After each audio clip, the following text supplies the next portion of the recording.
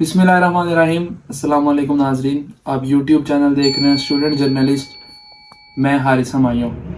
तो नाजरीन, चाइना ने एक बहुत बड़ा छक्का मार दिया है और चाइना को अगर मैं एक अनअनाउंस्ड सुपर पावर का लक़ब दूं तो शायद मैं गलत नहीं होऊंगा। चाइना ने मिडल ईस्ट में एक बहुत बड़ी कार्रवाई की है और इतना बड़ा छक्का मारा है मिडल ईस्ट पे कि बॉल जो है वो शायद बाउंड्री से ही बाहर नहीं, स्टेडियम से भी बाहर चली गई है। चाइना ने पिछले चंद माह में वो इकदाम कर दिखाए हैं और वो काम किए हैं जो कि शायद पिछले 100 सालों में नहीं हो सके, और इसी के रिजल्ट में चाइना ने डील ऑफ द सेंचुरी करवाई है सऊदीया और ईरान के बीच में मिडल ईस्ट में। और इसी के रिजल्ट में बीजिंग में दोनों ममालिक के फॉरेन मिनिस्टर्स की भी एक खुशगवार मुलाकात हुई और आपस में डिप्लोमेटिक रिलेशनशिप्स का दोबारा से आगाज हुआ। और पिछले दिनों मेरी नज़रों से एक और ये भी खबर गुजरी है कि ईरान के सदर ने शाह सुलेमान को भी तेहरान के टूर की दावत दी है, और ये सब कुछ चाइना की सुलह करवाने के बाद के मामलात हैं। अब हम आगे चलते हैं। फ्रांस का जो सदर है मैक्रोन, उसका भी चाइना का विजिट हुआ है और इसकी भी बहुत ज़्यादा अहमियत है। सबसे पहले तो मैं आपको अहमियत कुछ इस तरह उजागर करना चाहूँगा कि फ्रांस में प्रोटेस्ट चल रहा है, और अगर आप मौजूदा सूरत हाल देखें तो फ्रांस की कोई बहुत अच्छी सूरत हाल नहीं है, वो भी इस वक्त परेशानियों में ही गिरे हुए हैं। इसके अलावा जो रशिया यूक्रेन वॉर है वो भी बहुत ज़्यादा इफेक्ट कर रही है फ्रांस को, ना ही सिर्फ फ्रांस को बल्कि पूरे यूरोप को। और आज वो लोग इस नहज पे आ खड़े हुए हैं कि वो अमेरिका के स्ट्रेटेजिक पार्टनर और अमेरिका के डिफेंसिव पार्टनर होने के बावजूद भी अमेरिका के बदतरीन दुश्मन चाइना के पास जाने पर मजबूर हो चुके हैं because of the Russia and Ukraine war. अब जब फ्रांस के सदर ने मैक्रोन ने चाइना का अपना विजिट किया तो उसमें उन्होंने ये बात की कि I know I can count on you bring Russia back to its sentence and bring everyone back to negotiation table. उनका ये कहना था कि हम आपसे ये तवक्को रखते हैं कि आप इस काबिल हैं कि आप दोनों को पीछे हटने पे मजबूर करेंगे और साथ में दोनों को आपस में निगोशिएशन के टेबल पर बैठाएंगे।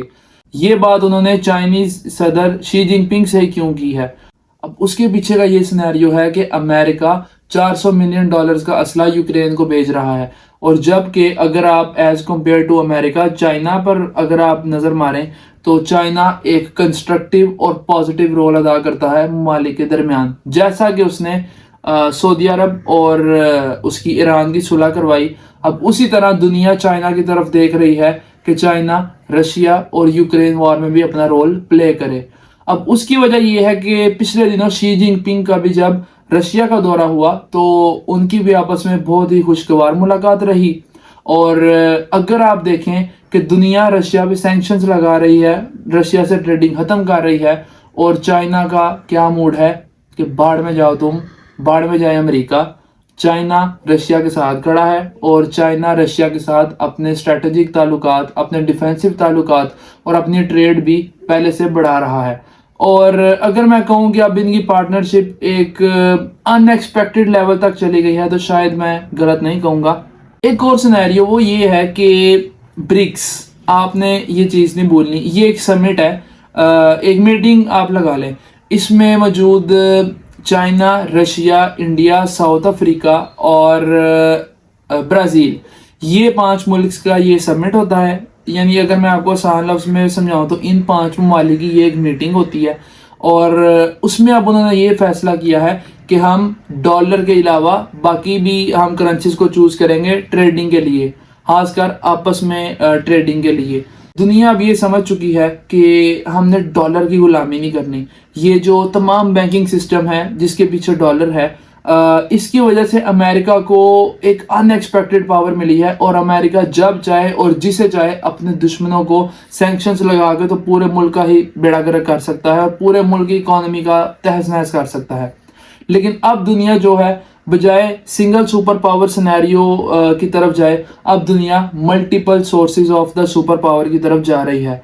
फॉर एग्जांपल, अगर एक तरफ अमेरिका, दूसरी तरफ रशिया, इधर चाइना, इधर इंडिया, इधर ब्राज़ील, इस तरह करके दुनिया अब एक इस मल्टी सोर्स सुपर पावर दौर की तरफ जा रही है। अगर आपके लिए एक दरवाजा बंद है तो आप दूसरे दरवाजे पे जाएं, दूसरा नहीं काम हुआ तीसरे पे आए, तो कहीं ना कहीं से आपको आसरा हो जाएगा।